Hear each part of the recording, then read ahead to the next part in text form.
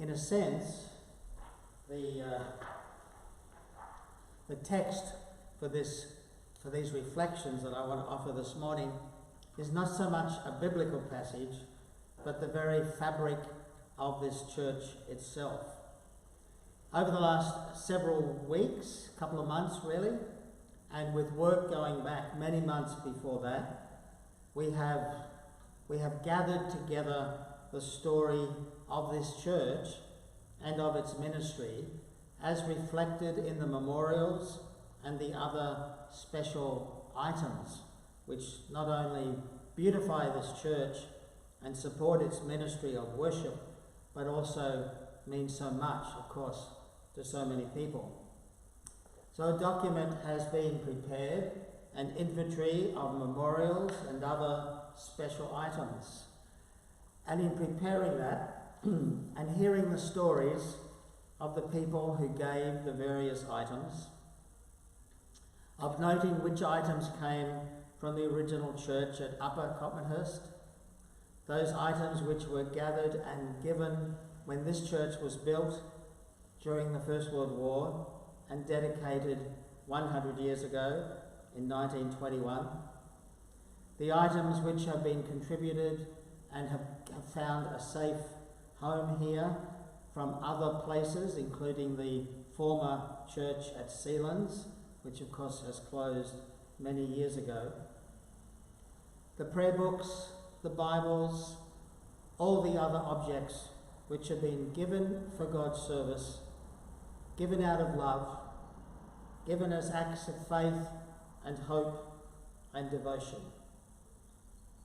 And as I worked on that list and gathered the stories, some of which we will reflect in a moment as we move around the building and to various points of significance in the building, there was a strong sense of the story of 150 years of continuous Christian ministry in the Copmanhurst region by the Anglican Church. This, of course, is a sad day on so many levels, because we have to acknowledge, firstly, that kind of ministry is no longer sustainable. Secondly, and perhaps even more sadly, is no longer wanted. That the dynamics of the Australian community, even here in Copmanhurst, have changed so much that the idea of going to church on Sunday is kind of passé.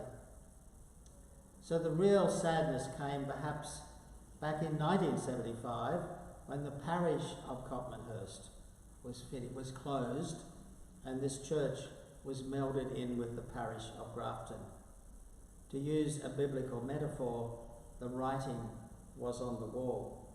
The story of decline was well advanced, but the story of faith and of hope and of charity and of goodwill and of welcoming and of encounter and of transformation, that story has continued, and it will continue, but sadly it will continue without the facility which this building offers for the mission and ministry of the church. So as we gather here, whether virtually or the handful of us who can be in the building to create the live stream, as we gather for this event, as we participate in this event, we're acknowledging all that has come, all that has come to pass previously. We're acknowledging the challenging realities of being Jesus people in today's Australia, not because we're persecuted. It's far worse. We're simply ignored. Most Australians do not think the church has anything to say which they need to hear. So we acknowledge that reality and we commit ourselves to find new ways of being church without some of the benefits that these facilities provide, but still with the rich heritage of the faith which we have received from the past, which we value in the present, and which we will continue to share with people in the future. Amen. So now we're going to move around the church prayerfully, and we're going to acknowledge various stations, as it were, within the church where ministry has taken past. And as it happens, we're going to begin at the font, and with a little bit of history about the font as we do that, but also, as it happens, the font was the last item in this church to be used when we had a baptism here just a couple of weeks ago.